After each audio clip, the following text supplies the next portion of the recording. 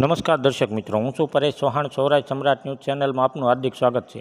બોટાદ જિલ્લાના ગઢડા તાલુકાના ગોરકડા ગામે આજરોજ બોટાદના ધારાસભ્ય ઉમેશભાઈ મકવાણા ગોરકડા ગામે નવા બસ સ્ટેન્ડનું ભૂમિપૂજન ખાતમુહૂર્ત કરવામાં આવ્યું. સાથોસાથ સરપંચ તેમજ ઉપસરપંચ તથા ગામના અગ્રણીઓ હાજર રહ્યા. ગોરકડા ગામને વિકાસને લઈ અલગ અલગ ચર્ચા કરવામાં આવી. ધારાસભ્યએ ગોરકડા સરપંચની કામગીરી બિરદાવી હતી. ગોરકડા પ્રાથમિક શાળામાં 1 થી 8 ધોરણ સુધી અભ્યાસક્રમ ચાલુ છે, પણ તેઓએ 1 થી 10 ધોરણ સુધી અભ્યાસક્રમ પ્રાથમિક શાળામાં આપવાની તૈયારી સરકારને રજૂઆત કરશે. Bureau report Mansukhwala, Gadhada. આજે તમે ગોળકા મુલાકાત આવ્યા છો, શું કહેશો? આજે ગોળકા ખાતે એમએલએ ગ્રાન્ટમાંથી એક બસ સ્ટેન્ડનું ખાતમુહૂર્ત હતું અને એક એમએલએ ગ્રાન્ટમાંથી પ્રોટેક્શન દિવાલ આપી હતી, તેનું પણ એક ખાતમુહૂર્ત હતું.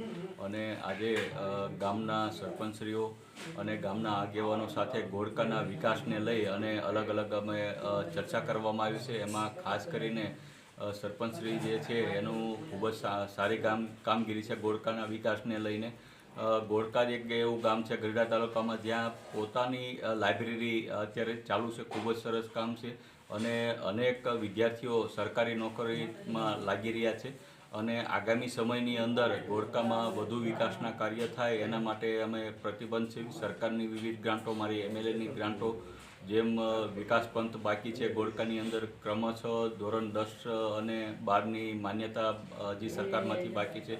આવી જે રજૂઆત આજે મારી પાસે આવી છે, ચોક્કસપણે એ સરકાર સુધી હું પહોંચાડીશ અને જરૂર જણાય ત્યાં નજીકના જ સમયમાં જે ગોળકાના વિકાસ બાકી છે એને પૂર્તતા અમે કરીશું સાથે મળીને.